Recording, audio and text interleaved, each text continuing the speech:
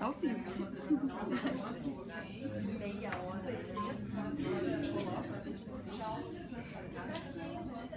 Oi, gente, boa tarde.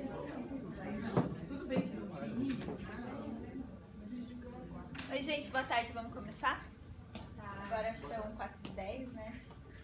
Bom, como vocês sabem, essa roda de conversa de hoje integra um esforço maior dos discentes do programa de pós-graduação em antropologia, que, com apoio também dos docentes, que organizaram essa semana no sentido de levantar pontos e questões que a gente tem que reivindicar, protestar, criticar, enfrentar frente a esse governo interino. Então a roda tem justamente essa proposta, mais de levantar questões e trazer esses temas todos para debate no dia de hoje. Então, a gente tem a semana também com a programação cheia de diferentes eventos, vai ter cine debate, de manhã tem os GTs de produção de conteúdo, tem diferentes rodas, mesas rolando também, vai ter coisa lá no IFAM, no Ocupa IFAM. Então, estou convidando vocês todos para curtir a página do Mobilização da Antropologia no Facebook para ver a programação completa, que eu realmente não sei de cabeça.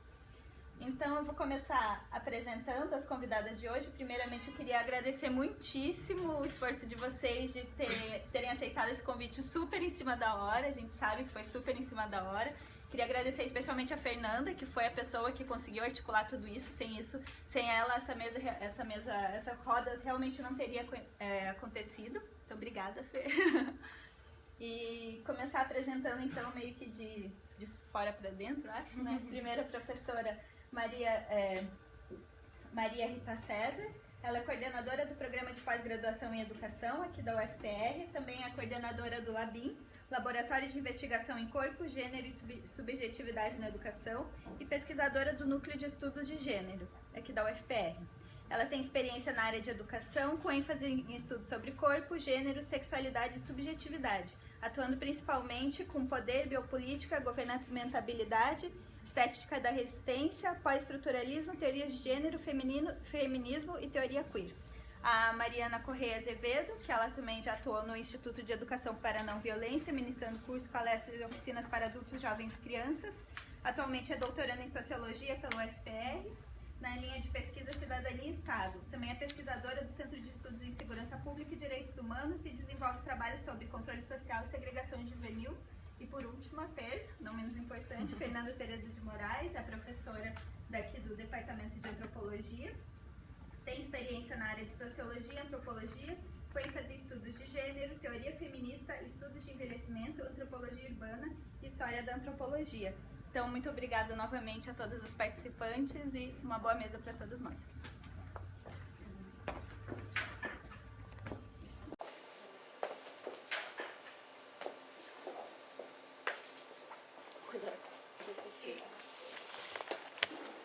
Bom, boa tarde, gente.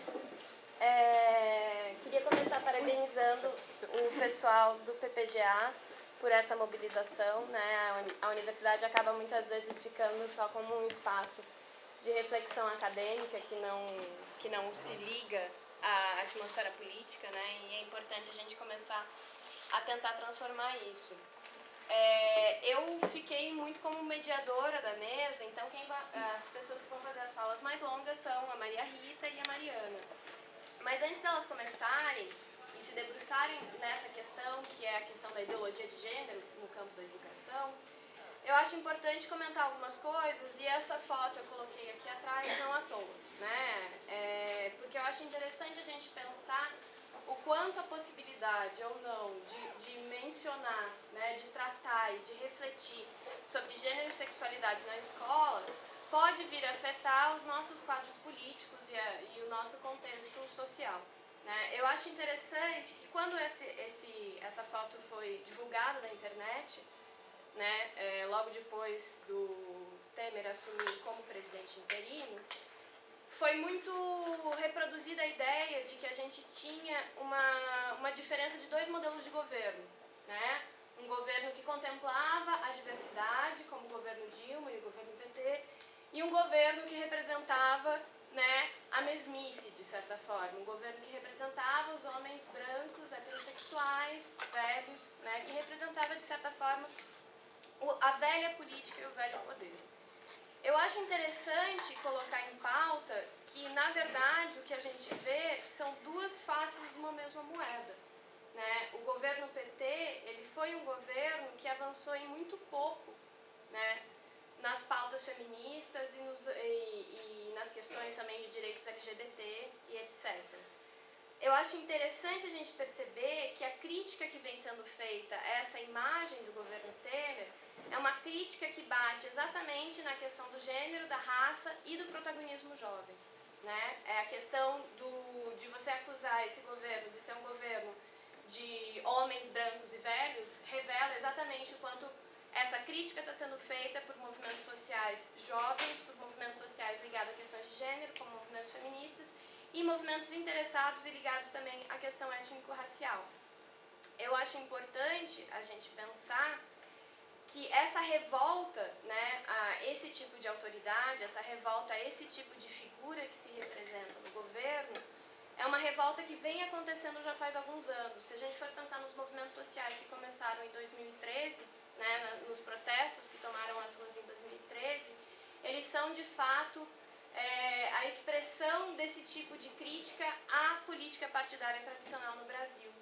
Essa política partidária tradicional no Brasil é uma política que se faz usando, digamos assim, o corpo das mulheres apenas como moeda de troca. E usando as mulheres apenas como moeda de troca. Por que eu digo isso? Se a gente for lembrar da primeira eleição da Dilma, do pleito de 2010, né, ficou muito claro que o debate político aconteceu em torno de uma questão que é uma questão feminista fundamental, que é a legalização do aborto. A Dilma, no começo do pleito, né, no começo da campanha, se declarava abertamente favorável à legalização do aborto, e depois de uma campanha de muita acusação, né, principalmente pelo José Serra, que era o seu oponente na época, que a acusava de aborteira, que a acusava de N e outras coisas, ela se colocou numa situação em que ela teve que, ou ela fez isso, né, ela quis fazer isso, ela optou por fazer isso, né, para ganhar a eleição, afirmar que ela era contra a legalização do aborto, e nesses 2 mandatos que ela teve, ela de fato não andou em nada, né, sobre esse ponto.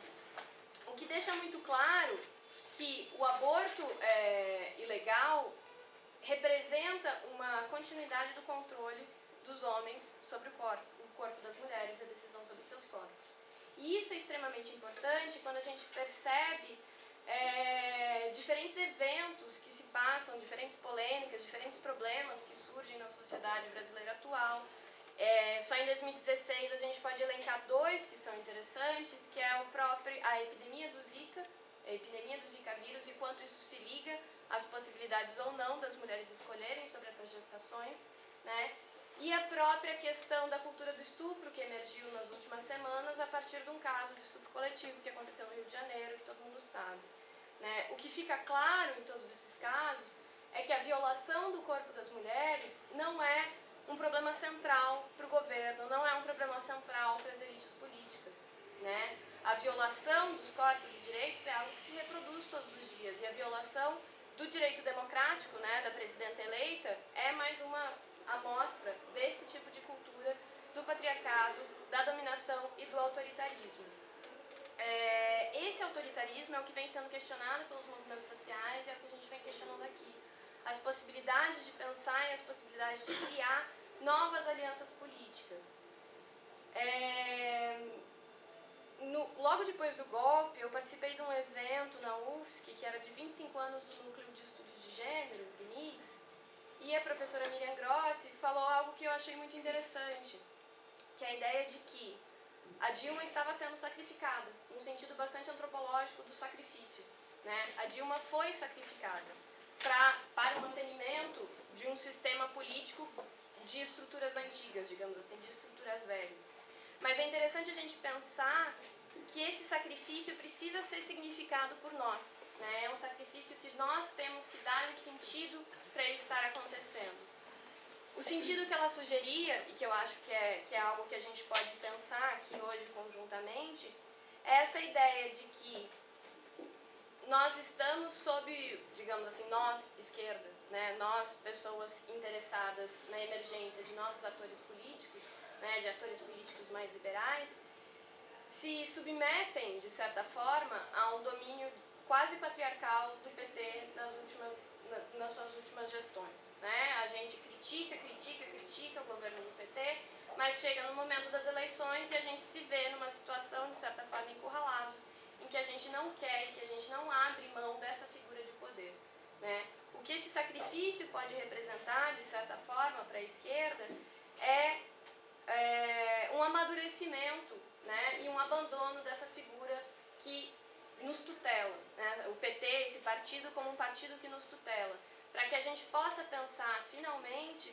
novas alianças políticas, né? Alianças políticas que não sejam espúrias, que não sejam poluentes, como foram essas alianças políticas que o PT fez, mas que sejam alianças de fato dos movimentos sociais, né? Eu acho que o que esse momento político representa para nós, pode representar para nós, de alguma forma positiva, é pensar, começar a pensar como andar com as nossas próprias pernas, com as próprias pernas dos movimentos sociais, né? Pensar quais são as alianças que a política feminista, que os grupos étnico-raciais, que os movimentos urbanos podem fazer e podem traçar para esse novo cenário e para que o velho cenário, para que essa foto de baixo não continue voltando ciclicamente na nossa política, né? Para que a gente possa criar, de fato, novos atores poderosos, politicamente poderosos, né? Politicamente ativos e que nos representem, de fato, ao contrário desse governo interino, que obviamente não nos representa.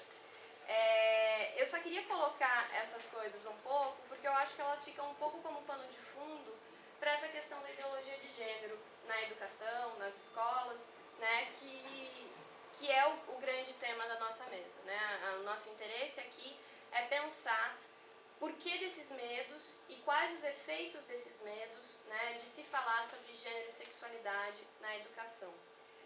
Para isso, eu vou convidar a professora Maria Rita e, em seguida, a Mariana, para articularem algumas ideias, né, algumas colocações em relação ao momento político atual e, principalmente, a questão da ideologia de gênero nas escolas. Eu acho que eu não vou contar tempo, assim, porque... A gente conta aqui também. Tá, mas assim, a gente está com o tempo tranquilo, então não tem muita pressa. Eu tenho uma reunião às 6. Ah, você tem uma reunião às 6. Eu então saio você de um tem lugar pressa. para o outro, Mas eu acho que a ideia, então, vamos tentar terminar lá por umas 5h30, para que a gente possa debater aqui coletivamente, né? Porque essa é uma mesa, não é uma mesa acadêmica, é uma mesa de debate, né? Para a gente conseguir pensar junto sobre esse contexto. Então, obrigada, Maria Rita, por ter aceito, por estar aqui com a gente. Bom, eu que agradeço, né, Fernanda, e também estar compartilhando a mesa com a Mariana. Enfim, e também quero saudar o pós-graduação em antropologia, né, por essa iniciativa. Acho que é um momento da gente estar em mobilização permanente, né, porque a gente se desmobilizou nos últimos 15 anos, achando que as coisas estavam encaminhadas, né? Então está na hora da gente se remobilizar. Eu sou de uma geração que passou uma parte importante da sua vida mobilizada. Então, é um momento da gente aprender e reaprender a se mobilizar. E boa tarde. Boa tarde a todas e todos. A gente já começa, né, num ritmo alto das coisas. Eu achei muito sugestivo, né, o nome, o gênero do golpe, muito sugestivo mesmo. E, enfim, né, como a Fernanda disse, vou compartilhar algumas coisas com vocês, né, que o grupo de pesquisa que eu coordeno, alguns projetos de pesquisa já de longa data, né, que eu venho trabalhando com eles, enfim, né, pensando algumas questões. Essa questão, enfim, da ideologia de gênero é um tema importante dentro do grupo de pesquisa que eu coordeno.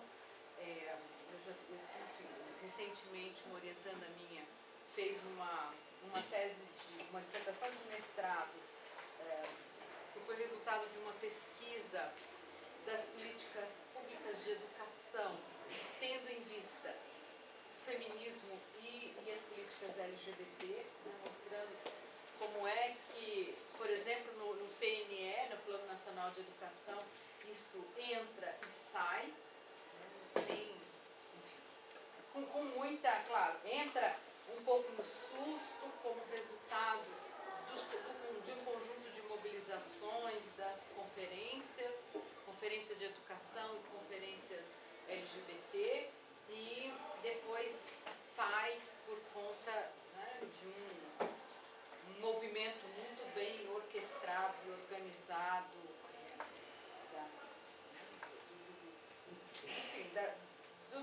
dos representantes políticos, né, de uma, enfim, né, de uma direita que cada vez se expõe e deixa mais claro quais são, né, os seus objetivos.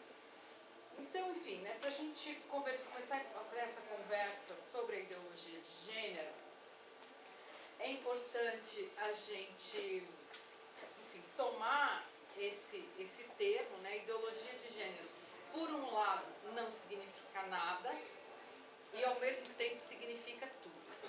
Né? Ela traz consigo um conjunto de significados muito fortes e muito mobilizadores, e rapidamente esse termo, né, que num primeiro momento não significava nada, esse termo ele passa a ser um termo mobilizador de uma série de elementos que vão responder a um outro conjunto de narrativas e de políticas de educação que avançam numa certa medida.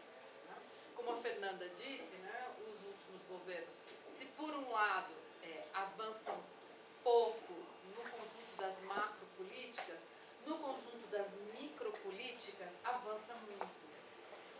Avança muito por quê? Porque tem uma série de políticas, enfim, que são políticas de Estado, mas são políticas menores, vamos chamar assim, que é o resultado também de um conjunto de trabalhos, de pesquisa e de atuação de grupos de pesquisa, de grupos de extensão das universidades no Brasil inteiro.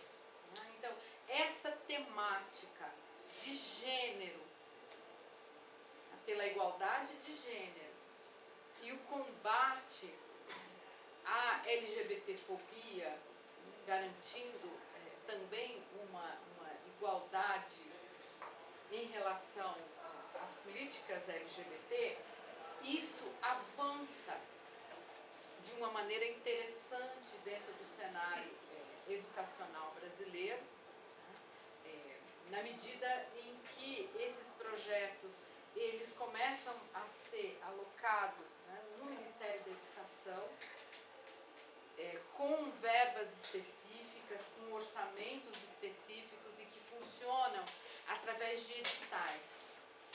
Então, mobilizou-se muita gente nos últimos, vamos dizer, nos últimos 12 anos,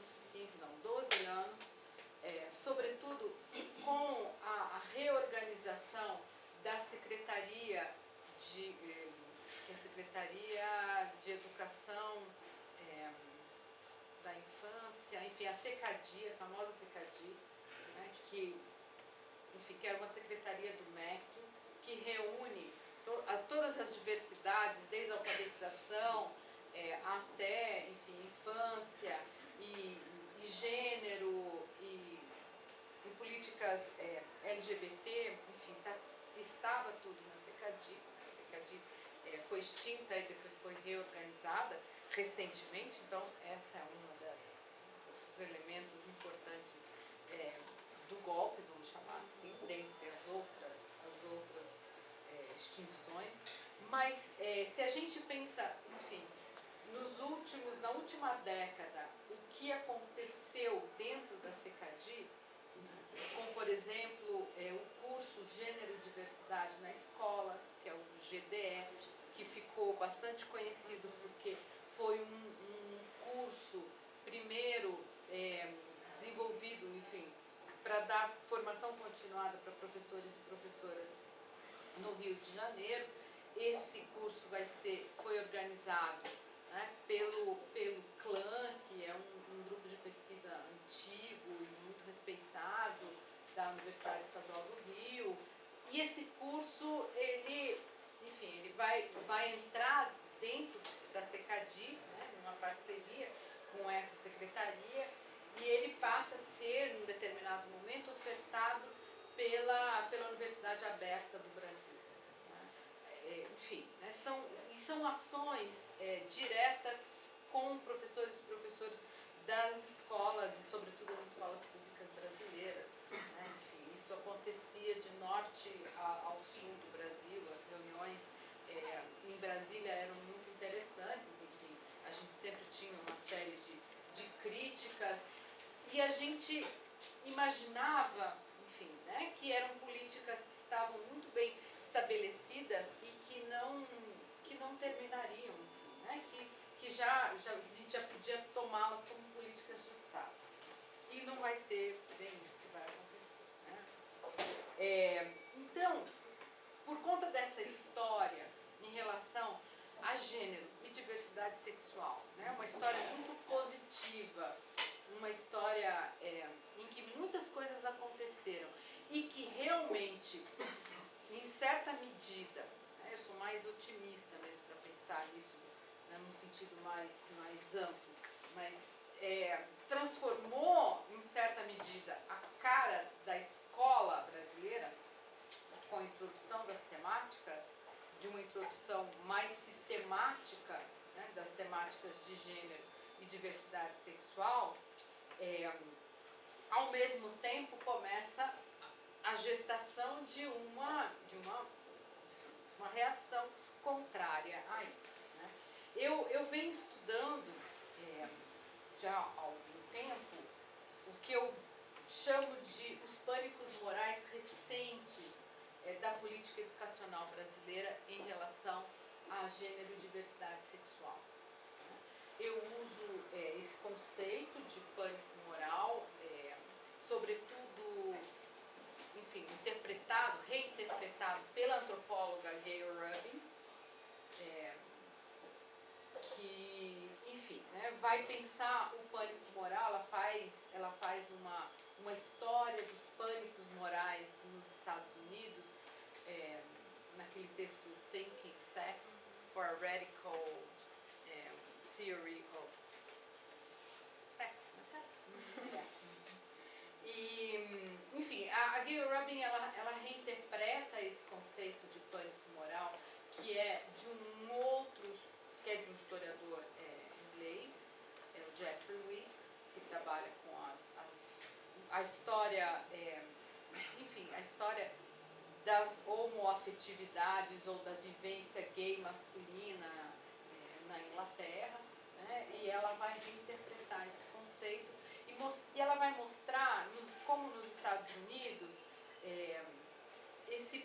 essa história que ela faz do pânico moral vai tomar algumas figuras, ou vai criar algumas figuras na história. Então ela começa no século XIX, finalzinho do século XIX, mostrando como é que é produzida a figura do estuprador. Né? O estuprador é sempre um homem negro, pobre, que vive vagando pelas fazendas, trabalhando aqui e ali, enfim, um ex-escravo, e como é que essa figura se articula, vai ser inventada e reproduzida. Né?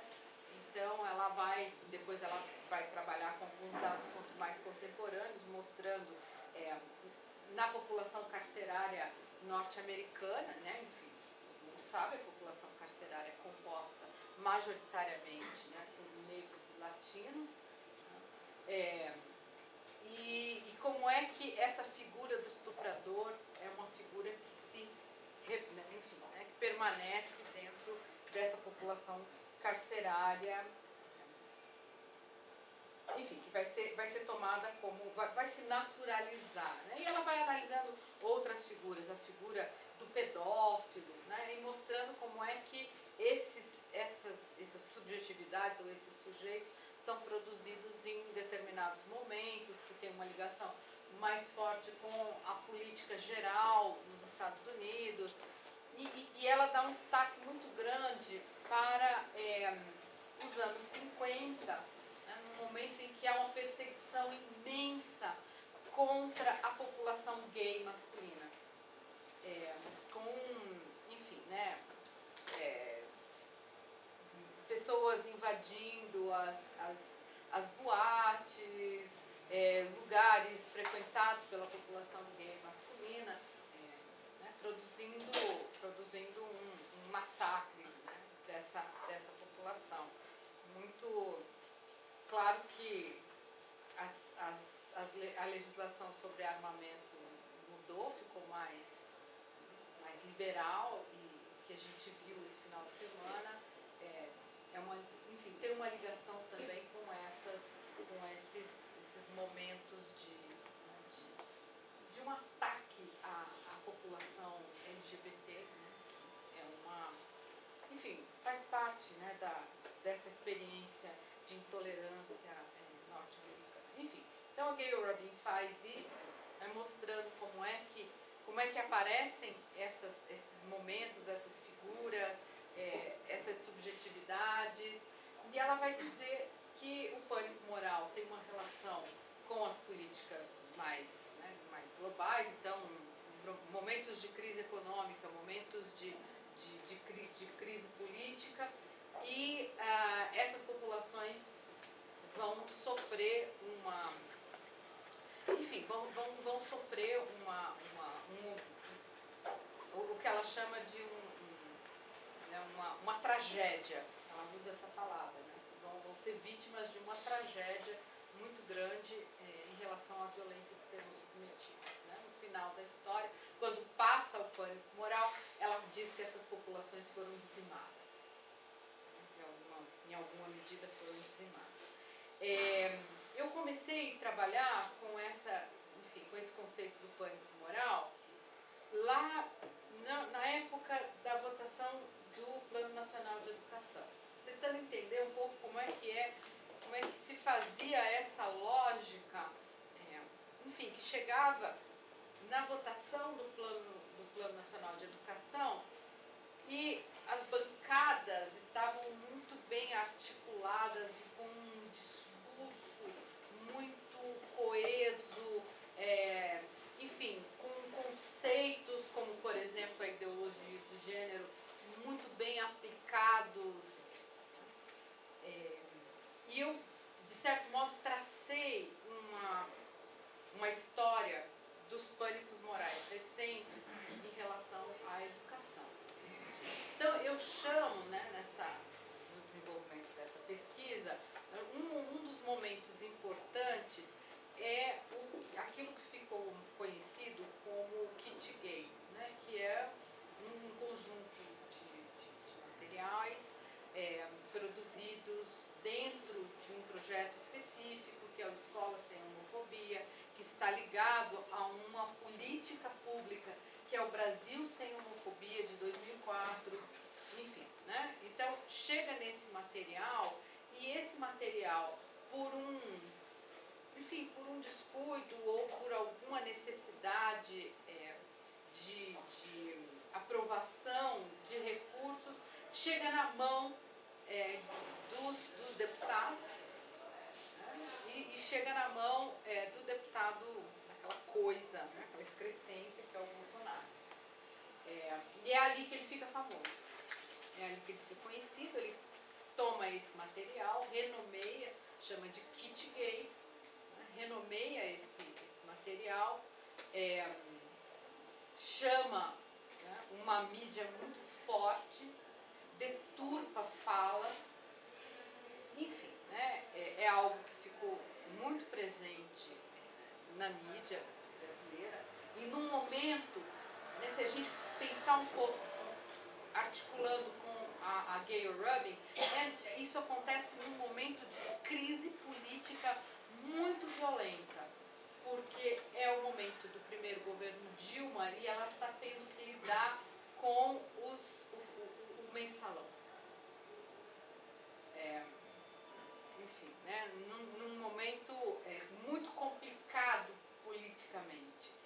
ela vai fazer, enfim, né, mais concessões ali, não vai aprovar o material para tentar salvar algumas cabeças. É bem no momento em que o Pallotti, que era ministro, né, ele está super envolvido com o chamado mensalão e ela precisa, enfim, né, lidar com a negociação política. Então, esse é um momento chave, né, que a gente encontra na pesquisa, que é vamos dizer, essa inauguração recente do pânico moral, né, que é o kit gay. Claro, isso vai num crescendo até o Plano Nacional de Educação, e a partir do Plano Nacional de Educação, isso vai ganhar vida própria, porque viram os planos estaduais e municipais que vão se apropriar também, e as câmaras municipais e estaduais também vão se apropriar daquilo que ficou como uma narrativa muito bem articulada na Câmara Federal. Então, bom, o termo ideologia de gênero, que entra na jogada como um elemento importante, né, desse pânico moral, e é justamente a partir da discussão com os planos de educação, né, que a gente começa a ouvir mais insistentemente essa ideia de ideologia de gênero.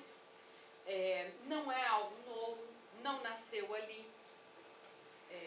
É uma articulação da Igreja Católica fundamentalista, né? Então, grupos religiosos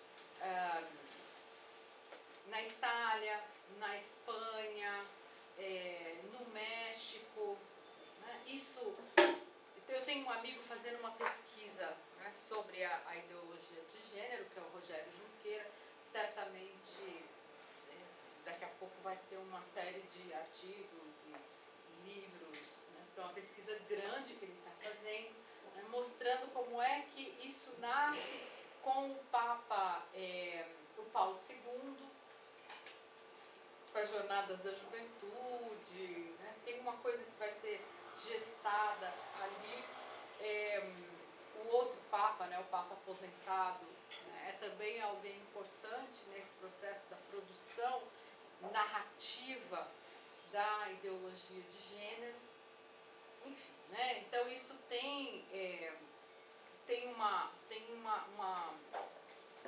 a gente pode traçar, né, uma origem na Igreja Católica. Na Europa, a ideologia de gênero está ligada ao fundamentalismo católico, aos grupos católicos conservadores, ao Opus Dei na Espanha e outros grupos na Itália e na França. Isso apareceu muito fortemente na França recentemente, enfim, já não é mais tão recente, mas da aprovação do casamento para todos, né? Esses grupos católicos fundamentalistas aparecem como uma reação contrária ao casamento e colocaram 1 milhão de pessoas embaixo da Torre Eiffel para defender o quê? Para defender algo, né, que na narrativa desses grupos estava sendo atacado, que é a infância. Defender as crianças. Tem um texto muito bonito do Paul Preciado, cujo título é Quem Defende a Criança Queer. É um texto jornalístico, né, que ele escreve como reação a essa, enfim, né, a uma série de escritos que vão ser produzidos em relação a isso. Inclusive, grupos bem estabelecidos e bem tradicionais da psicanálise francesa vão construir um outro argumento, mas também vão reforçar essa ideia da ideologia de gênero, né? O Jacques-Alain Miller, que é o herdeiro do Lacan, vai escrever um texto dizendo que realmente o casamento para todos é um perigo porque é a queda do ciborgue. porque o Casamento para Todos é uma política que prevê reprodução assistida, né? É uma política completa. E ele vai dizer que realmente é um perigo, porque a queda do simbólico pode produzir uma série de pessoas muito, enfim, esquizofrênicas, psicóticas. Claro, depois ele se retratou, né? Não foi possível manter essa posição, ele se explicou, enfim, né? Se enrolou mais ainda, mas enfim, não é algo pequeno, local. É importante evocar isso para a gente entender que não é algo pequeno, local e que diz respeito a um bando de ignorantes, né? Essa ideia que a gente tem que é um bando de ignorantes, os deputados fundamentalistas, neopentecostais em Brasília. Não, é uma política muito bem orquestrada, é um projeto muito bem organizado, né? Enfim, que esses grupos no Brasil, eles se apropriam dessas narrativas, né? Dessas narrativas que são, enfim, bastante conhecidas fora do Brasil, e começam a traduzir. Eu acho que assim, para nós o que é importante é entender essa tradução para os termos, enfim, né, nos termos de Brasil. O que significa a ideologia de gênero no Brasil? Né, e como é que ela vai se organizar junto com outros elementos da nossa política nacional, né, que dizem respeito. Uma coisa que me chamava a atenção quando eu comecei a fazer essa pesquisa, enfim, me chamaram a atenção para esta relação entre ideologia de gênero e ideologia comunista, que é algo muito brasileiro. E não é à toa que depois a gente consegue ver a tradução dessa relação em um projeto de lei que é o Escola Sem Partido, que é justamente essa articulação de proibições, né, de tentativas de proibições no tratamento das questões de gênero, da diversidade e da política. Então, é justamente ali que a gente vê como é que as coisas se articulam. Bom, nessa pesquisa, né, o desdobramento dessa pesquisa, eu estou analisando, né, junto com um grupo maior, esse conjunto de projetos-leis, né, são, no nível nacional, são 17 projetos-leis, né, não é só o Escola Sem Partido, são 17, o Escola Sem Partido é um desses projetos. E, enfim, né, a maior parte desses projetos é a tentativa de silenciar qualquer fala sobre gênero e diversidade. É interessante porque nesses projetos, até, enfim, qualquer menção a gênero, parece que eles fazem um search no Word, e assim, eles precisam substituir qualquer menção à palavra gênero. Então, gênero humano, gênero, enfim, né, não pode ter gênero. Eles fazem uma coisa completamente obsessiva em relação a isso, mas são esses 17 projetos-leis.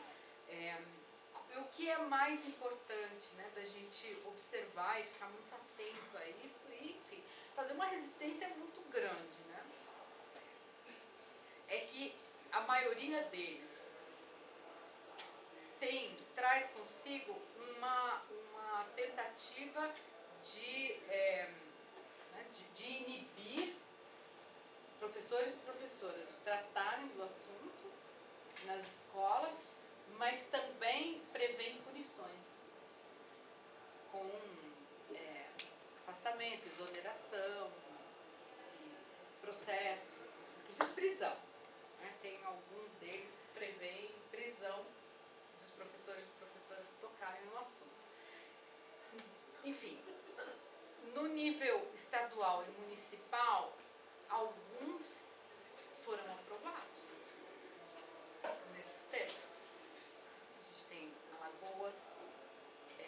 Tocantins e no nível municipal, várias cidades. As cidades que estão conseguindo barrar, os estados que estão conseguindo barrar, é com muita mobilização. Curitiba tem também, claro, né? Óbvio, também tem o seu projeto de lei, enfim, né? Uma figura importante que vem, claro, tem uma mobilização dos grupos, né, da APP. Acho que o papel da APP é um papel importante aqui em Curitiba e no estado do Paraná, né, na tentativa de barrar esses projetos. A Josete, a vereadora Josete também, né, tem trabalhado bastante com isso, tem feito frente a esse, a gente vem acompanhando mais de perto e conversando, enfim, a respeito, né, desses projetos e como é que a coisa vem se articulando na Câmara Municipal de Curitiba. Enfim, né, esse é um pouco o estado da arte, né, de como é que a gente se encontra. Só para vocês terem uma ideia, a gente tem uma articulação forte da SBPC, da nossa associação, que é a ANPED, Associação Nacional de Pesquisa e Pós-Graduação. Eu coordeno dentro da ANPED o GT de Gênero e Sexualidade, né? Então a gente também tem, enfim, uma resistência forte ali, mostrando, indo, e como tem gente, os GTs da ANPED são GTs mais estáveis, não sei como é que, com a ANPOX também, né? São GTs mais estáveis, que permanecem durante o período. Os GTs têm uma força dentro da própria ANPED, dentro do cenário da educação brasileira, e a gente vem conseguindo, né, algumas mobilizações nos estados, porque tem gente do Brasil inteiro. Enfim, né, são essas as nossas tomadas de atitude em relação a isso, né? Então é justamente isso, não é? Num momento em que a gente tem essas duas fotos, isso tem um significado bastante fundamental, né? Como a Fernanda bem disse, a gente, apesar de ter avançado muito pouco em políticas importantes e nas políticas, sobretudo nas políticas feministas, né? Mas também muita coisa foi bem articulada, foi bem organizada em relação às políticas, né, de gênero e sexualidade. Num momento em que a CECADI era um órgão representativo, né, mas hoje em dia o risco é muito grande. O risco é muito grande, porque a gente está diante, né, enfim, de um governo golpista com esta cara e atacando justamente essas políticas, né, da diversidade e das minorias. Enfim. Então isso é um elemento importante de análise mesmo.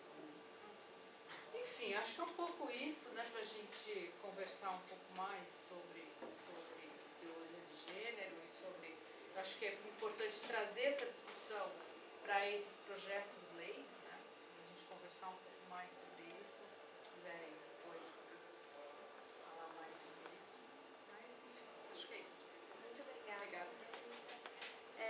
Vou passar a palavra então para a Mariana Corrêa de Azevedo, para a gente continuar as debates. Bom, boa tarde então a todas e todos os presentes. Quero primeiro agradecer, né, formalmente o Departamento de Antropologia, também na figura da Fernanda, que além de ser uma colega de trabalho é uma grande amiga, né, pelo chamamento para estar aqui compondo essa mesa com a professora Maria Rita, que é uma grande autoridade aí nessas temáticas, com quem eu tive já a oportunidade de dividir um momento lá na UFPR-TV, né?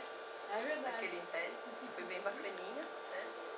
E reiterar aquilo que a Tia já tinha, na verdade, falado no começo, né? Que o convite foi muito a toque de caixa. Então, sexta-feira, a Fer me mandou uma mensagem. Eu estava indo para Ponta Grossa para apresentar uma mesa sobre cultura do estupro.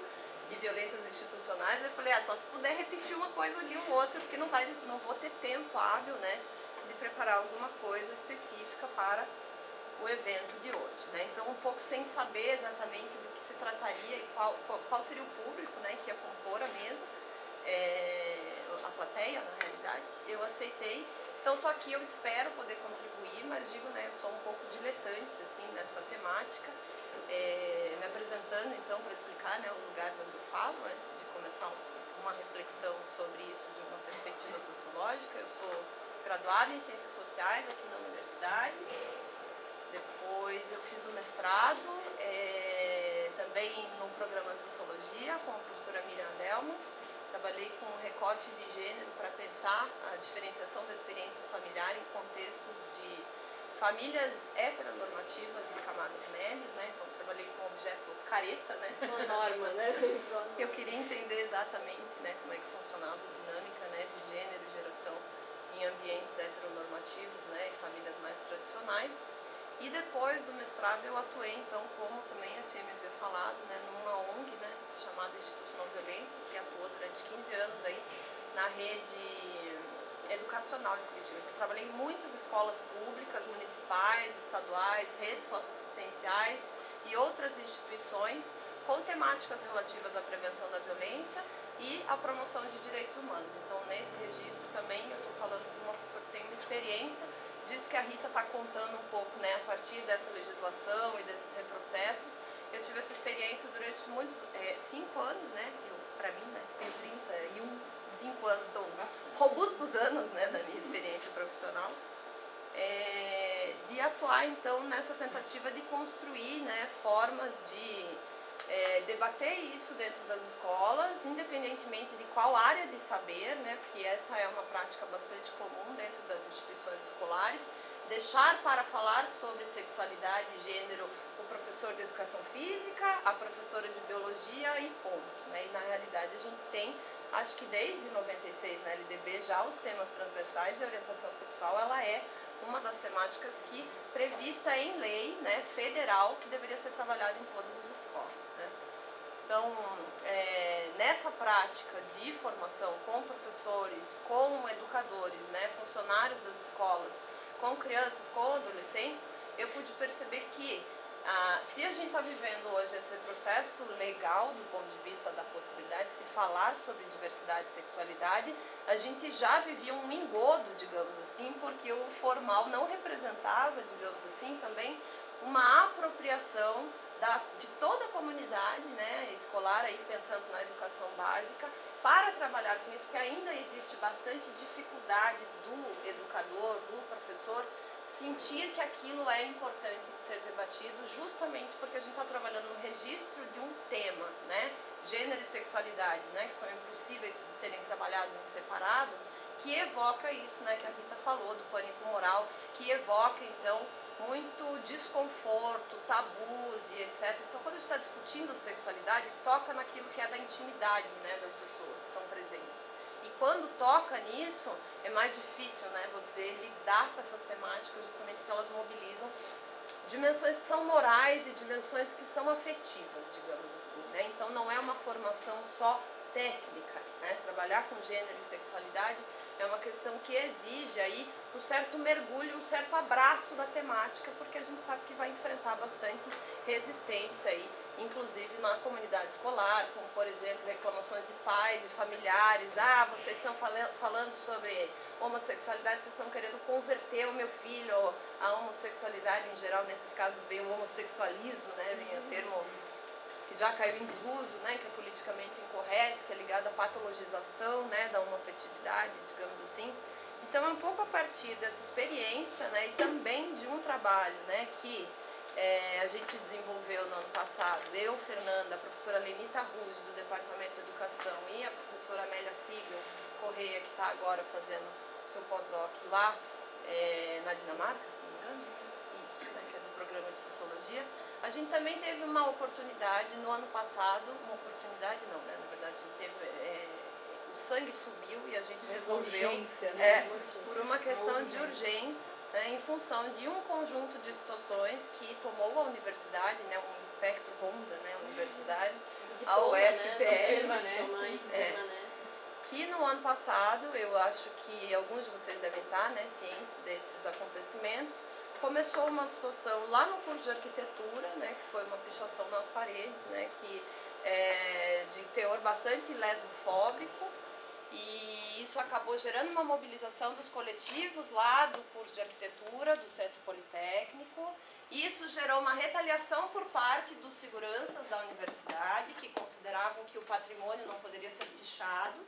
Isso gerou, evidentemente, um desconforto muito grande com relação ao fato de que não fazia mal fazer apologia ao estupro dessas meninas, mas fazia mal pichar algo, né, em termos de resistência e tentativa de se mobilizar contra isso, né? Então, isso gerou uma certa disseminação dessa informação e acabou, né, vindo junto também com um conjunto de denúncias de estupro e violência sexual aqui na reitoria, dentro do curso de Ciências Sociais, né? Então, eu gostaria até de iniciar a minha fala frisando isso, assim, a universidade não é um meio livre desse tipo de violência e desse tipo de situação que vem sendo denunciada, né, como cultura do estupro, entre aspas, porque isso não é um conceito, né, isso é uma categoria nativa para a gente tentar pensar, entender e analisar aí, e claro, evidentemente, enfrentar, né, porque a universidade tem, né, como a Fernanda falou também, como a Rita falou, acho que um papel fundamental diante desse cenário todo, né, de estupros institucionais, vamos pensar assim, de se mobilizar e de criar, né, formas novas, criativas, possíveis, né, da gente enfrentar isso, justamente porque não é do âmbito legal, né, é do âmbito moral e afetivo. E é bem mais fácil mudar a lei do que mudar a moralidade, a sensibilidade, né, e a afetividade das pessoas que estão, né, enfim, né, dessa sociedade em que estamos. E isso também não é uma questão que assola só o Brasil, na realidade,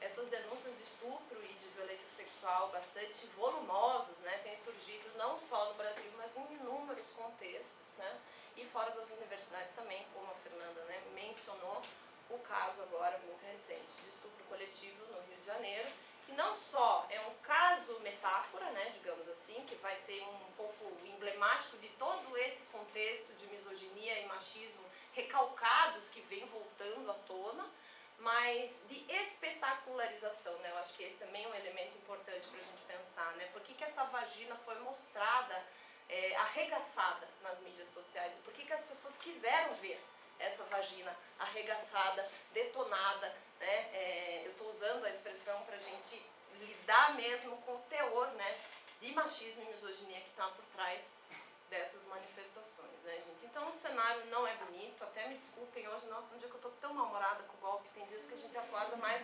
uhul! Aprofundamento da democracia, vamos lá, isso aí. Tem dias que você está assim, não aguento mais esse fascismo, né, então eu acho que desde 2014, né, quem está aí nas humanas, que tem, né, um pouco de atuação aí na militância, que se sensibiliza com essas temáticas, está ficando já um pouco cansado, mas a gente precisa, né, continuar. Hoje eu estou naqueles dias assim, não muito animada, né, gente? Então, enfim, né, me desculpem por isso. Posta então, né, essa apresentação, essas questões, né, que a Fernanda trouxe como mediadora da mesa e que a Rita trouxe, né, dessa perspectiva mais da construção dessa esquizofrenia que vem a ser, né, a ideologia de gênero. Eu vou então focar, gente, numa fala um pouco mais introdutória até, eu espero que, né, sirva, né, de alguma maneira para a gente construir um debate sobre isso, sobre violência sexual e violência de gênero e essa ideia do corpo feminino como sendo um corpo muito punido, muito vigiado, muito controlado, digamos assim, e essa grande temática, né, da cultura do estupro como uma espécie de corolário. Eu adoro essa palavra, mas toda vez que eu falo eu erro, mas eu continuo errando e falando, porque eu acho que é uma palavra boa, né, mas como, digamos assim, o clímax de um conjunto de coisas que vem acontecendo, que vem tomando espaço, digamos assim, e que se constituiu de uma maneira que eu acho que mesmo os pesquisadores e pessoas da militância mais macacos velhos ficaram com o queixo caído, né? Porque eu acho que o ódio recalcado era uma coisa bastante forte, digamos assim, né, em termos do que a gente tem assistido aí todos os dias, né, e nesse registro do um dia de cada vez, né, para a gente conseguir dar conta, né. Então, quando eu digo, né, essa ideia, né, do corpo feminino, eu acho que passa por um questionamento, né, que é justamente esse do registro do convencimento mesmo social de que esta temática, a violência contra a mulher, aqui estou focando mais especificamente nisso, mas a gente sabe que a cultura do estupro não atinge somente as mulheres, né? Essa fala tem um recorte mais assim para a questão da mulher, mas evidentemente é aí que a gente, né, pode pensar também, né, o estupro homofóbico, o estupro dentro do sistema prisional, por exemplo, né, que também é um espaço onde existe uma disseminação, né, de estupros, digamos assim. Mas como pensar essa questão da violência, né, e da epidemia de estupros fora desse registro do senso comum, digamos assim, de que este é um exagero histérico e uma invenção das feministas, né? Então, quem está inventando isso daí são as feministas. Esse que é o problema do mundo atual. Por isso que o Temer, né, veio para, né, nos salvar, digamos assim, disso que seria uma perda de valores, né, tradicionais ligados a esses papéis mais binários, né, que foram socialmente atribuídos aos homens e às mulheres na sociedade em que a gente vive, né. Então, estou partindo aqui de uma perspectiva sociológica, né, quando eu digo isso, digo que a gente está tentando voltar a ver alguma coisa que é muito evidente, exatamente porque ela é muito naturalizada, né. Então, voltar a ver aquilo que está escondido pelo excesso de visibilidade. Então, a misoginia, o machismo, suas expressões, a cultura do estupro, a banalização com relação à forma como o corpo feminino ele é manuseado na rua, na balada, em contextos de trabalho mesmo, e etc., né? E isso fica tão naturalizado, nós estamos tão habituados, né, com esse tipo de cultura, que isso acaba sendo... passa pelo registro do é normal, entre aspas, né? E quando estou usando aqui, né, essa ideia de gênero, estou tentando falar sobre relações, né, sociais que são constituídas, né, e que, portanto, são relações de poder, não são relações anatômicas naturais, né? Então, como eu disse, eu estou aproveitando aqui uma fala que eu já fiz. Acho que aqui o pessoal já tem um debate sobre isso, mas também são coisas que é sempre para a gente ir repensando e repensando e repensando, né?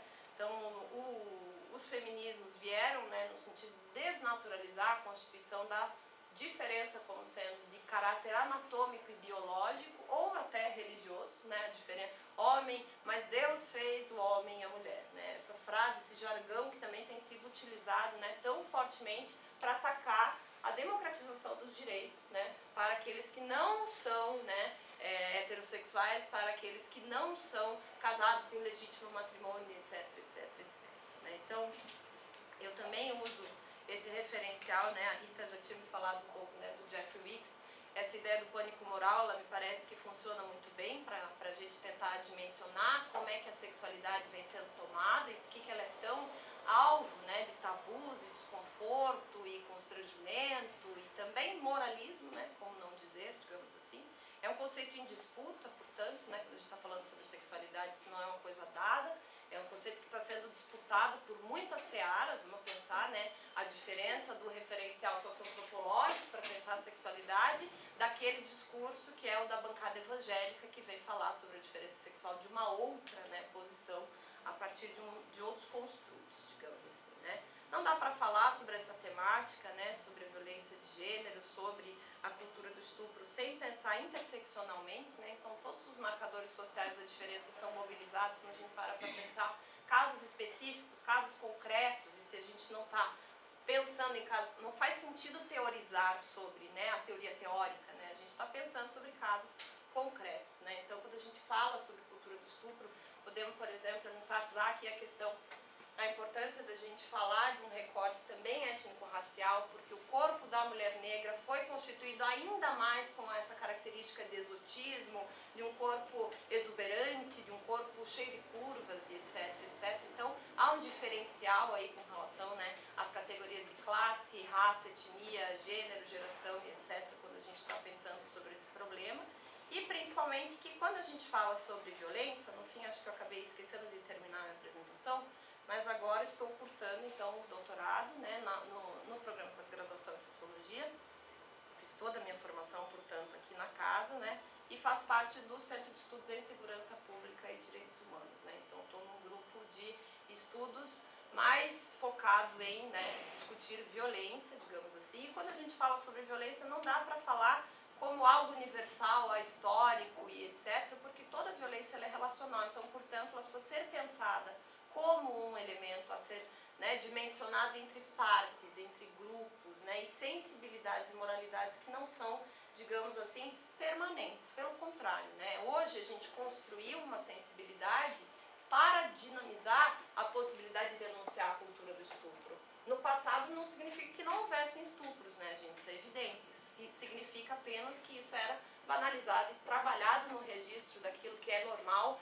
e esperado, inclusive, né, que as mulheres, na dimensão do estupro doméstico, por exemplo, né, que esse era o trabalho da mulher mesmo, era fornecer, né, o seu corpo ao homem, né, para o gozo masculino, quando fosse demandado, da maneira como fosse demandado, né? Então, falar sobre direitos sexuais, emancipação sexual e direitos sexuais e reprodutivos mesmo, contracepção, direito à escolha da maternidade, direito ao aborto seguro, né, em caso de necessidade, é uma coisa muito recente. Então, no marco, nesse grande marco dos direitos humanos, é uma das regiões dos direitos humanos mais complexa de ser trabalhada, justamente porque, como eu disse, e vou repetir isso até o final da minha fala aqui, dinamiza muito essa questão afetiva, traz muito à tona questões afetivas e inconscientes e recalcadas e arcaicas, digamos assim, que mesmo que a gente não queira, a gente acaba por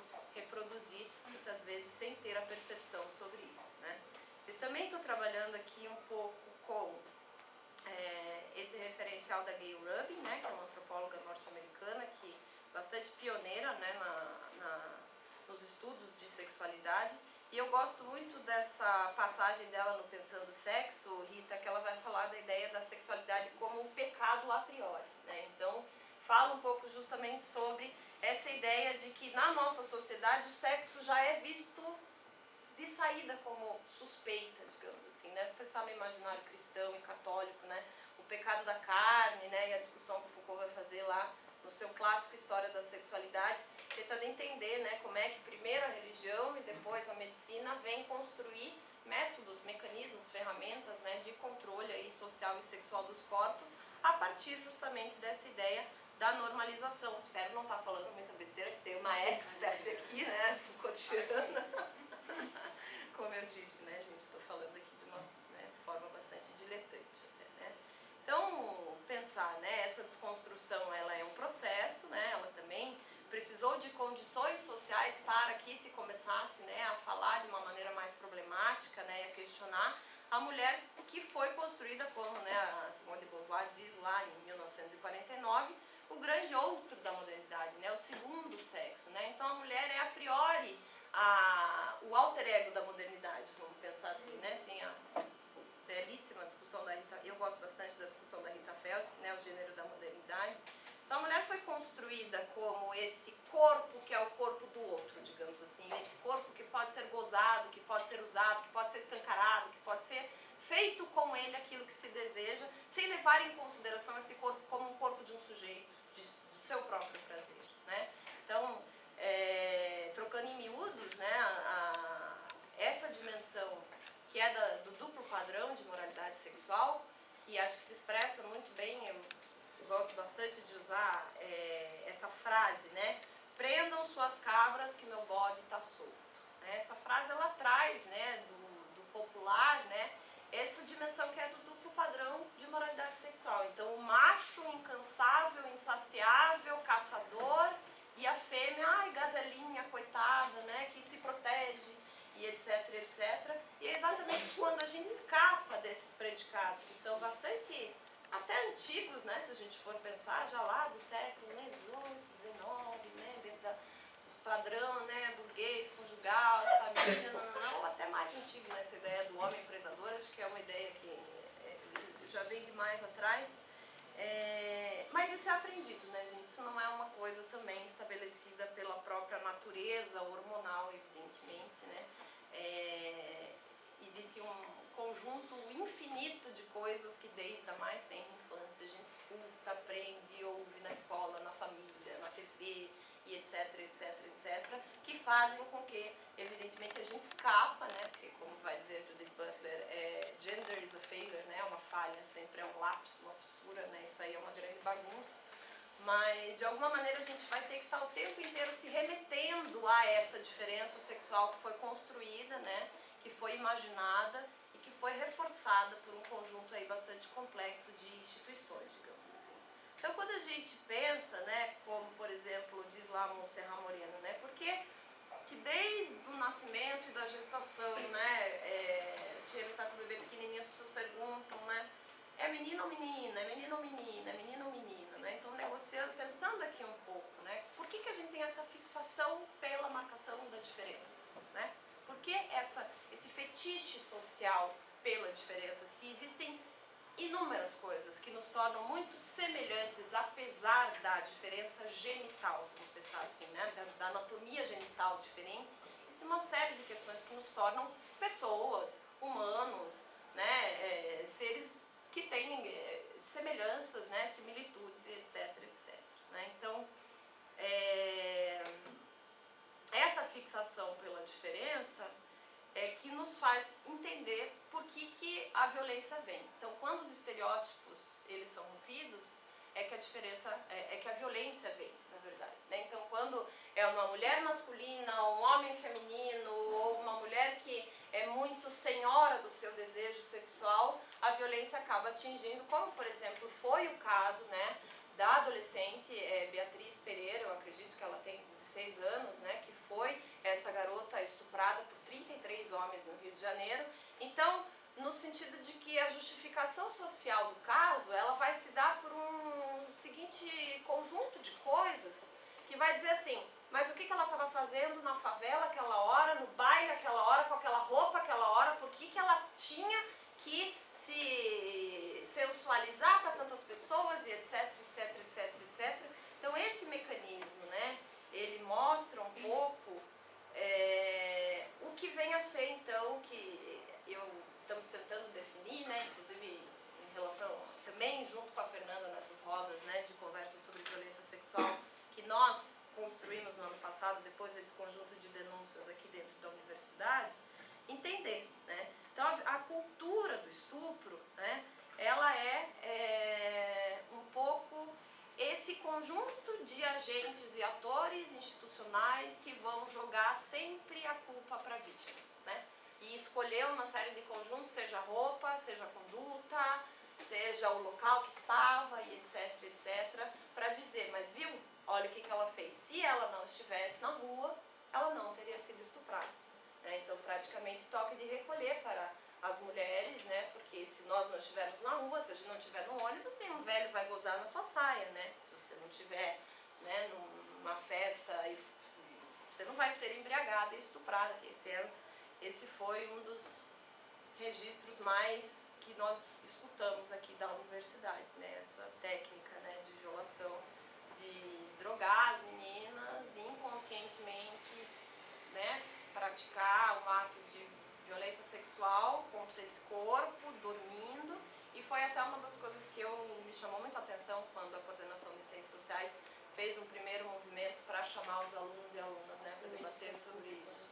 Trouxe, né, a Maria da Basso, né, do Ministério Público, e eu fiquei me questionando, assim, né, que tipo de padrões, então, sociais são esses que a gente tem construído que faz com que o gozo de um seja mediante o apagamento do outro, o outro dormindo. Que graça tem transar com esse corpo que está apagado, que está dormindo, né? Então isso foi uma coisa que me deixou um pouco, sabe, assim, indigesta, né? Eu acho que esse é um tema que tem que deixar mesmo a gente um pouco, né, com um gosto ruim na boca, para a gente se mobilizar mesmo para tentar desconstruir essa porcaria dessa cultura ainda muito binária, né, que está sendo distribuída aí, e enfim, né, num registro que inclusive, né, se faz necessidade de ter um mapa da violência, né, por exemplo, específico para falar sobre mortes de mulheres, né. Então o feminicídio como categoria, né, de análise aí sociológica,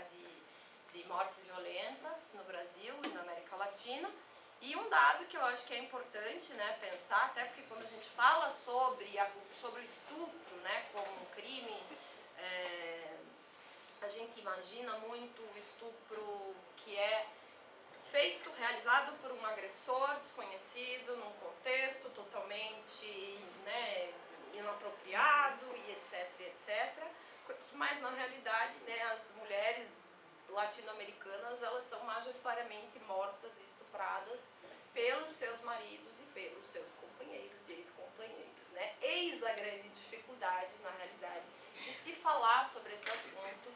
Eis também, por exemplo, um dos grandes obstáculos que a gente tem que enfrentar para realmente criar mecanismos institucionais na universidade de se enfrentar essa temática. Porque isso não acontece só lá nas festinhas dos alunos, isso está embrenhado, engrenado na própria forma como muitos professores agem, né, com as suas alunas, como muitas pessoas que têm cargos de poder e chefia dentro da universidade agem e atuam e tal. Então, quando se trata de uma violência que está nas relações íntimas, ela traz essa ambiguidade psicológica das posições também, né? Então é muito mais complexo você enfrentar esse inimigo quando ele não é o bandido que vai ser castrado quimicamente, que vai ser jogado na prisão para ser estuprado também, e vamos aplaudir então que esse estuprador vai ser estuprado, e isso não é senão também, né, uma demonstração muito perfeita de que nós vivemos realmente algo como uma cultura do estupro, né? Então é para a gente pensar, né, um pouco sobre essa questão também, né? Aí eu trago aqui, né, gente, só para mencionar algumas tipologias que avançam aí para tentar, porque do ponto de vista do direito penal é muito difícil, né? O direito penal é uma área muito dura, assim, digamos, ter sensibilidade para lidar com aquilo que está em jogo quando uma pessoa ela sofre de uma violência sexual, quando ela sofre um estupro, né? Não tá, é difícil para a lei, principalmente para um código que é lá de 1940, trabalhar com esse tipo de sutileza e dor moral, né? Então, a Maria da Penha, por exemplo, é uma lei importante, embora ela verse mais especificamente sobre a questão da violência doméstica, mas ela tem, né, de 2006, né, a Lei Maria da Penha, uma nova forma de tipologizar as violências, porque até então, no registro, né, das delegacias especializadas, a violência contra a mulher ela sempre foi tratada como uma violência de menor porte ofensivo. Então, por muito tempo, por exemplo, homens que espancavam suas mulheres, eles tinham que pagar uma cesta básica.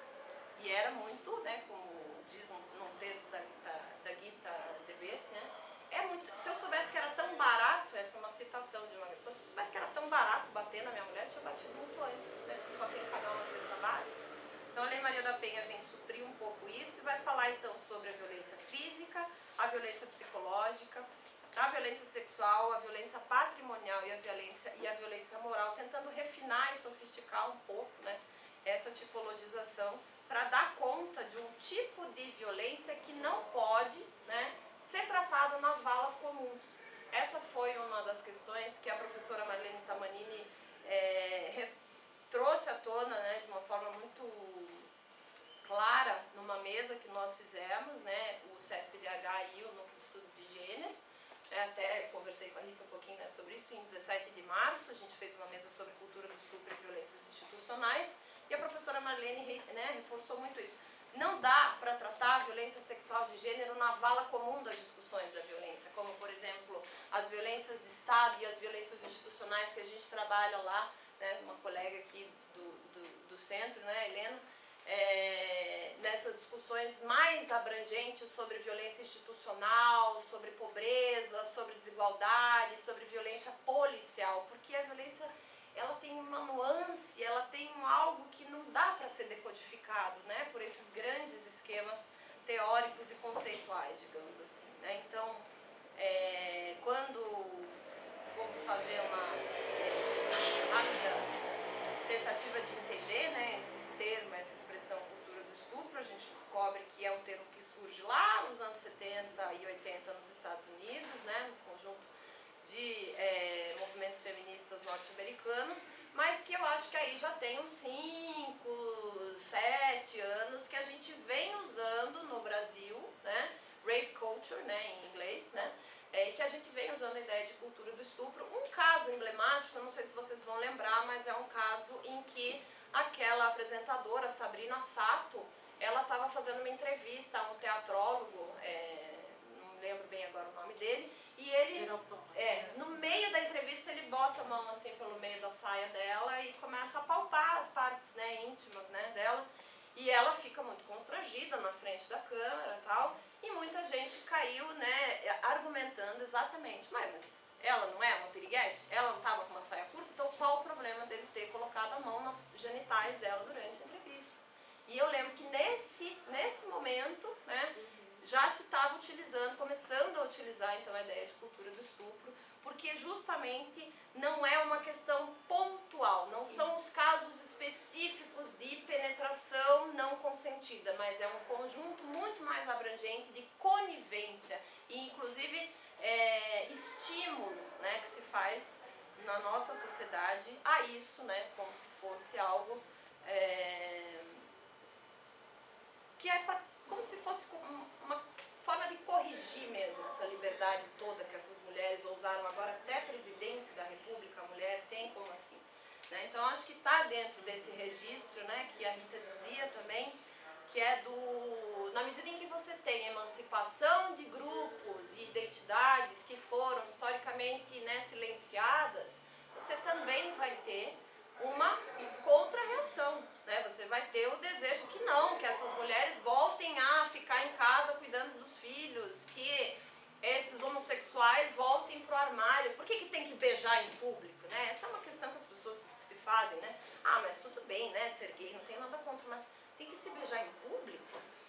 Mas em que tipo de liberdade é essa, né, na qual você pode ser alguma coisa desde que você não mostre para ninguém, né? Então, quando a gente tem um processo de emancipação, eu acho que a gente vai ter também essa tentativa de puxar o tapete, né, e esse retorno aí desses ódios recalcados que talvez não tenham sido muito bem elaborados, né, do ponto de vista social e, enfim, né.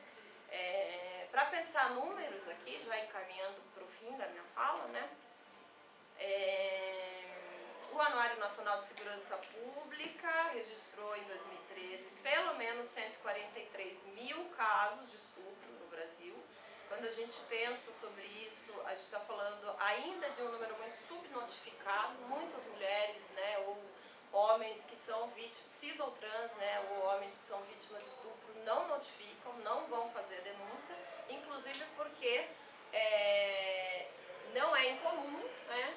Inclusive a nossa mesa de março sobre cultura do estupro e violências institucionais, nós fizemos a mesa porque nós tivemos conhecimento de um caso em que uma garota foi violentamente estuprada e quando ela foi na delegacia da mulher, depois de muito convencimento de uma amiga, de uma prima que né, tem uma discussão, um debate sobre, né, gênero e tal, e ela foi na delegacia da mulher, delegacia especializada, e tomou uma risada na cara, e você tomou banho, você está mentindo.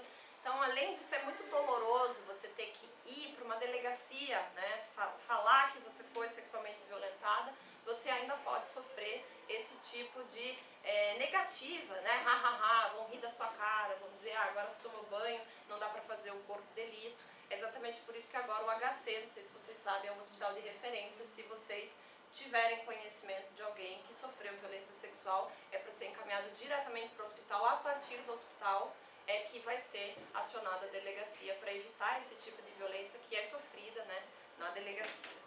Então é um estupro a cada 4 minutos, esse número ainda é um número muito pequeno, vamos pensar, e aí é para pensar corpo, gênero, sexualidade, moral, a partir dessas categorias, desses sentimentos, vamos pensar assim, né, que são o silêncio, o medo, a vergonha, o constrangimento. Então é exatamente por isso que fica muito difícil, né, tratar a violência de gênero, a violência sexual e essa, né, chamada cultura do estupro na vala comum das discussões sobre violência, porque ela tem uma especificidade aí bastante que precisa ser reconhecida.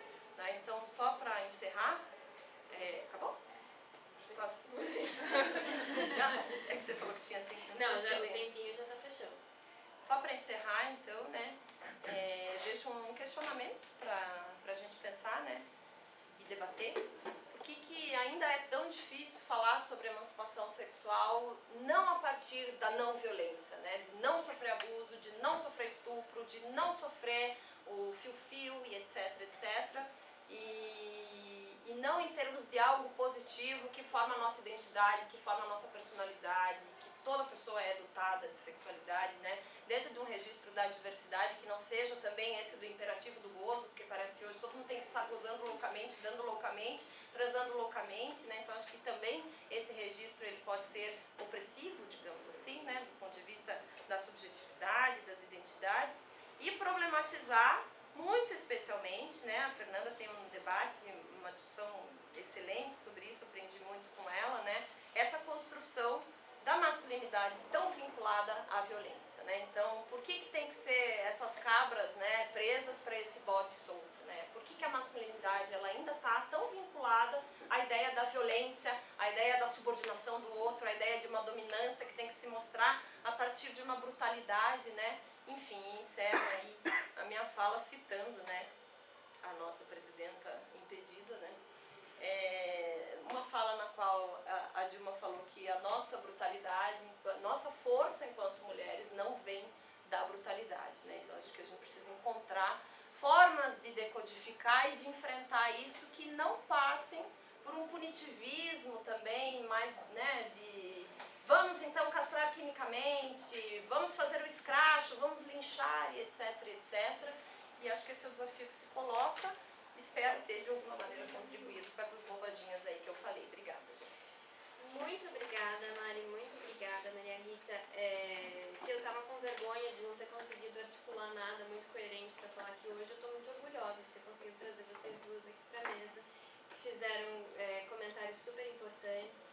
Antes de abrir para o debate, eu só queria complementar a fala de vocês duas, porque semana passada a gente realizou, né, uma roda de conversa sobre violência sexual no Departamento de Educação, e teve um caso que ficou na minha cabeça de uma das meninas que já é aluna no ensino fundamental e que ela conta... Eu não lembro quem que era o nome dela. É aluna, Não, professora. E que ela conta que os meninos costumam brincar de maneira violenta, de maneira agressiva, e isso nunca é impedido, isso nunca é cuidado, isso nunca é pensado por parte dos professores. E quando as meninas entram nessas brincadeiras e acabam se machucando e vão reclamar com as professoras, elas falam, bom, mas o que você foi fazer lá no meio dos meninos, né? Então é importante a gente pensar o quanto a gente reproduz na educação e na política, né, essas imagens do homem como potencialmente agressivo, né, e como essencialmente poderoso em suas possibilidades, e da mulher como potencialmente vítima e potencialmente violada. Né? A mulher sempre como esse corpo que pode ser violado nos seus direitos, nas suas vontades. Mas nesse sentido eu queria abrir para o debate, abrir para as perguntas, né? Abrir para as intervenções aí de quem está na plateia, quando a gente gravar. Quem se candidata.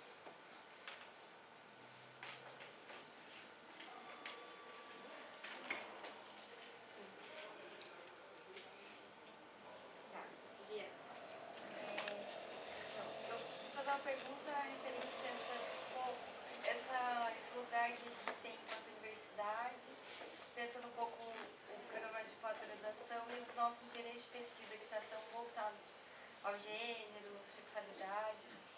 Eu fico pensando, esse momento político e o que aconteceu, por exemplo, da Secretaria Especial de Política para as Mulheres e para a pasta da Justiça, e a Fátima Palai ser uma das representantes que lutaram pelo Estatuto do Nascituro, e quanto isso está relacionado com tudo que a gente está falando agora, qual que é a posição que a gente pode ter enquanto universidade, assim, enquanto pessoas que estão aqui, estão pensando, estão pesquisando e estão falando disso, assim, qual que é o caminho, porque a gente ainda está vivendo um momento que a gente entende ou não como golpe, a gente está tentando construir, mas ainda não tem nada muito definido. Eu pergunto assim, enquanto pesquisadora, e eu pergunto para vocês. Mais alguma pergunta? Não, eu tenho só um comentário, na verdade. Em primeiro lugar, queria agradecer, foi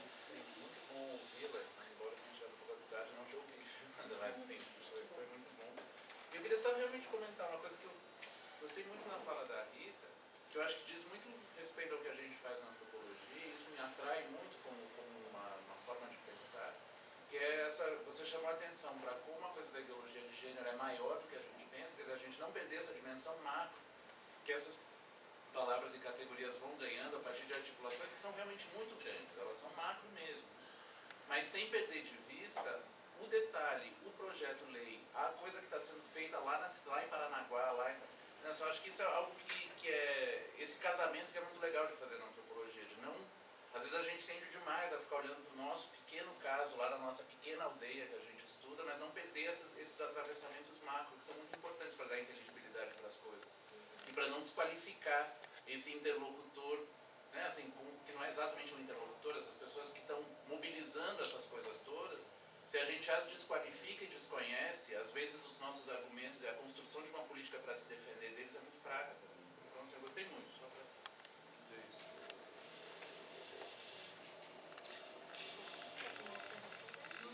Pode ser.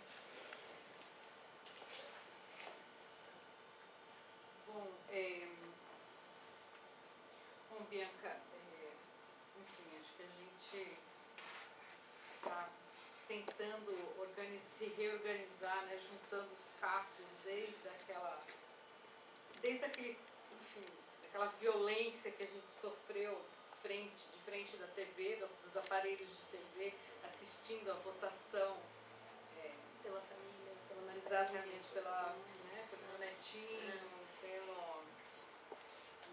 contra essa história de que as escolas agora vão transformar os meninos em mulher, né? Troca de sexo, apareceu tudo isso, né? Isso, enfim, foi um tapa na cara. A gente estava um pouco, a gente sabia que existia, mas a gente, enfim, jogaram a merda na nossa cara.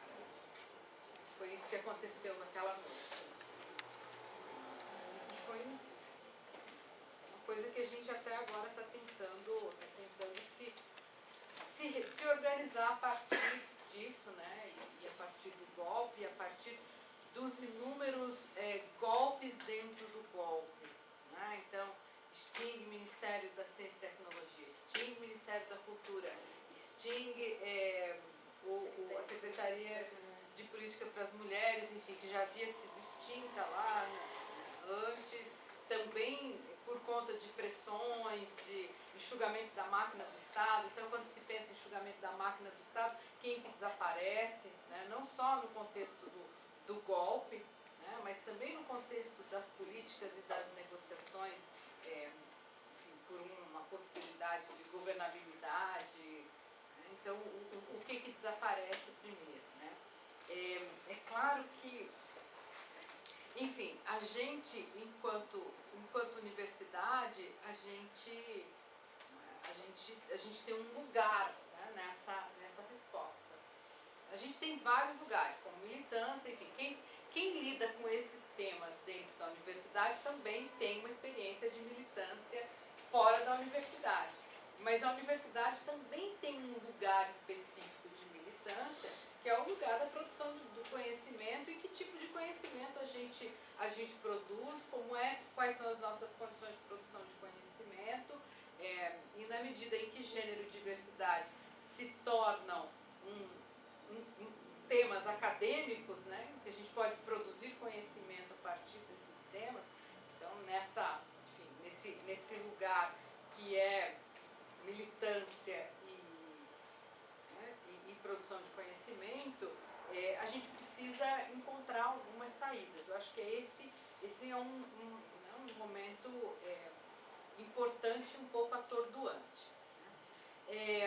De uns tempos para cá, a gente vinha fazendo algumas críticas, enfim, algumas reflexões críticas, sobretudo trabalhando com Michel Foucault, né, que é um autor importante para a gente, junto com epistemologia feminista e tal. No grupo, enfim, o grupo que eu coordeno, que tem várias pessoas ali, mas algo que a gente chamava atenção já há alguns anos é essa relação muito direta entre movimento social e governo. Isso foi uma coisa que aconteceu no Brasil nos últimos anos. Uma relação de parceria, né? Uma parceria muito forte, movimentos sociais e os movimentos, né, feminista e LGBT, eles estabeleceram muito fortemente essa parceria desde o governo Lula, né, permaneceram sobretudo durante o governo Dilma. Foram chamados para dentro do governo, claro, é importante, né, esse é o caminho mesmo, foi uma vitória dos movimentos sociais irem para dentro do governo, mas no momento em que os movimentos vão para dentro do governo, há uma perda, que é a perda da crítica, da radicalidade da crítica, né? E a gente vinha chamando já a atenção para isso.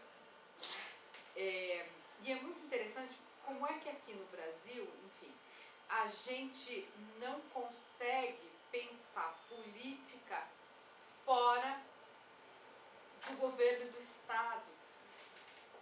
Né? Assim, eu penso um pouco nisso em relação, por exemplo, à Espanha. Né? Tive alguma experiência, né? Tenho alguns contatos na Espanha, mas eles têm, talvez por conta de uma herança anarquista, mas eles têm os movimentos sociais, mesmo quando eles dialogam com o governo, eles mantêm, e outros se recusam a dialogar com o governo, eles mantêm uma instância que é a instância própria dos movimentos sociais. Eu acho que esse é um lugar que a gente precisa repensar, né? E precisa tomar como um lugar muito importante. Fazer política não é só dialogar com o Estado. Acho que assim, tem uma autora viva e uma morta, que vem inspirando a autora viva, que é a Judith Butler e a Hannah Arendt, né, que estão chamando muito atenção para isso. Né? A Judith Butler hoje chamando muito atenção. O que significa fazer política na contemporaneidade? Enfim, que eu tenho uma série de elementos que são dados, né, de uma política econômica, que, enfim, a Revolução Socialista não virá, não vai haver uma... Né? Desculpa, né? Sorry. Como é que a gente lida com isso, né? A gente fala, mas assim, como é que a gente lida com isso, né? E a Judith Butler, evocando a Hannah Arendt, ela está chamando a atenção para quê? Justamente para os novos movimentos sociais que criam espaços de política importante. Né? Esses espaços, então essas manifestações, por exemplo, a Marcha das Vadias, vamos pensar.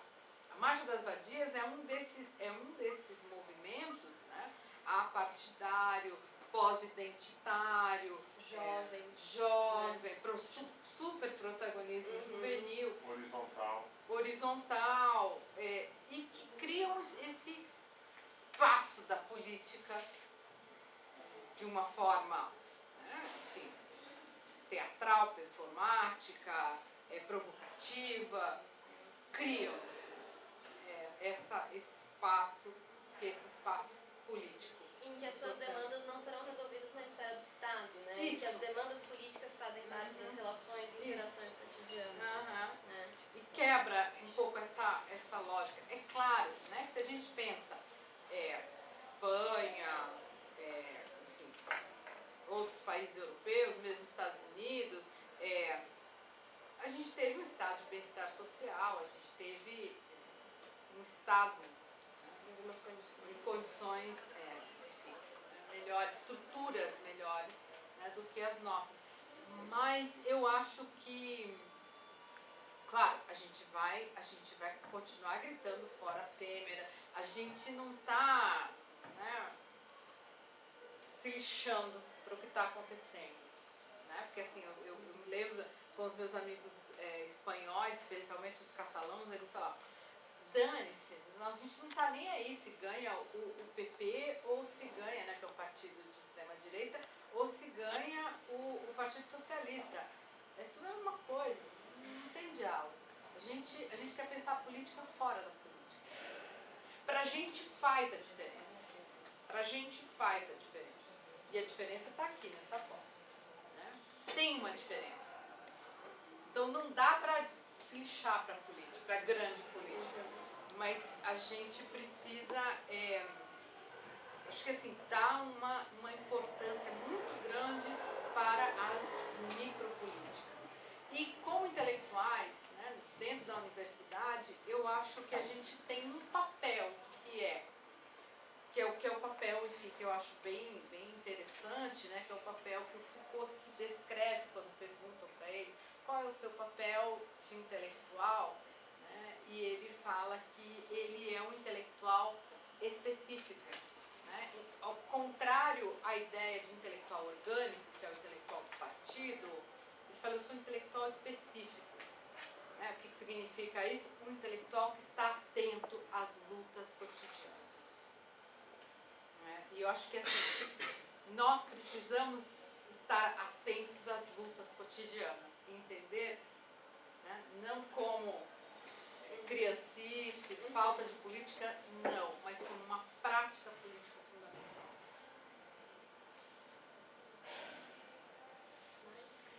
Não, acho que eu ia também fazer um comentário nesse caminho, né, do que a Rita falou, né, obrigada pelos comentários. Acho que é o sair da bolha mesmo, né? Porque a gente é muito... A gente gosta de ficar fechadinho no nosso...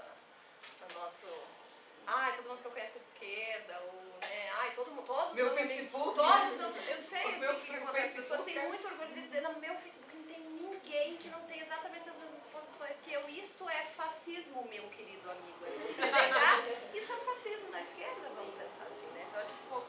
sair da bolha desse lugar que é cômodo, né, o da universidade, em que estamos entre iguais, e aqui tem muito prestígio, e aqui todo mundo se sente muito bacana e tal. Um dos caminhos, acho que é os cursos de extensão, o pilar da extensão, né, Rita, que é criar, né, momentos para justamente construir outras linguagens, né, do conhecimento teórico, acadêmico, estricto sensu, e fazer essas micropolíticas mesmo no sentido de que acho que o que tem que ser fortalecido, eu penso assim também, claro, fazendo uma análise muito, né, não de especialista aqui, mas é a ideia da sociedade civil mesmo, porque dentro da dinâmica do partido, ainda que seja, né, um partido de esquerda, ainda que seja um partido de nova esquerda, o autoritarismo ele ainda é fortíssimo dentro do partido. Então se reproduz essa coisa, né, do autoritarismo mesmo nos partidos mais à esquerda e tal, e isso é algo que a gente precisa repensar. Até só para fazer o convite, nesta quinta-feira vai acontecer um momento de extensão de dia inteiro lá na Santos Andrade, que é coordenado lá pelo Leandro Gosdorf, né, o pessoal que é da monitoria de extensão e tal, que é sobre enfrentamento de violências na UFPR, né, então... vai ser bem bacana. Vai ser um momento de formação de dia inteiro para pensar estratégias de enfrentamento à violência que acontece aqui, do nosso lado, no banheiro, entendeu? Então, eu acho que é isso que a gente precisa fazer, né? Sair um pouco da nossa bolha e começar a estender um pouco mais a mão para tentar fazer com que essa memória política que nós não temos seja construída, né? E essa dinâmica da violência tão banalizada seja enfrentada de alguma maneira. Eu acho que o que eu tentei falar de uma forma um pouco desastrada no começo acabou surgindo aqui nas falas de vocês novamente, que é exatamente essa possibilidade que, infelizmente, essa situação política nos abre, de repensar a nossa atuação política, né? E pensar a nossa atuação política para além do Estado, para quem do Estado, né? Pensar a nossa atuação política muito como ela vem sendo feita pelos movimentos jovens, né? Uma coisa que a gente começou a observar a partir do nosso engajamento com a questão da violência sexual na universidade, é o protagonismo que os coletivos feministas de alunas estão tomando em relação ao acolhimento, né, das meninas que se envolvem em situações de violência. Então, o que eu acho que nos traz... Não é o programa oficial da universidade. Não é o programa oficial, não é o Ponte Conosco. Que não funciona, né? Mas que é uma vergonha. O que eu acho interessante... sabe, apoiando esses negócios. O que é interessante realmente de tudo isso é exatamente pensar esses nossos novos caminhos de alianças políticas, eu acho, né? Essas alianças políticas que sejam menos espúrias, menos poluentes, que nos coloquem coloquem menos em maus panos, como foi o caso aqui, que a gente viu do governo do PT, né, que se aliou até o ponto que ele, digamos assim, quase que sumiu no final, e pensar em alianças políticas que sejam de fato produtivas, que sejam para fora dessa lógica autoritária partidária, que sejam horizontais, né, e que sejam mais libertárias e libertadoras. E mudar, né, gente? Porque se a gente não mudar, a coisa tá bagaça toda muda, né? E se refletir, né, exatamente, né, e colocar a gente como problema, colocar as estruturas da universidade como problemáticas, né, colocar a gente também no olho da questão. Mas, gente, eu acho que pelo avançar da hora, já são 10 para 6. A gente vai encerrar. Muito, muito obrigada por vocês terem vindo, pela participação. Eu vou jogar o nome de vocês na roda, né? Mas eu me coloco e coloco elas também à disposição para a gente continuar conversando, para a gente continuar lutando, para a gente continuar discutindo sobre esses temas que são tão importantes, né, relativos a gênero e sexualidade.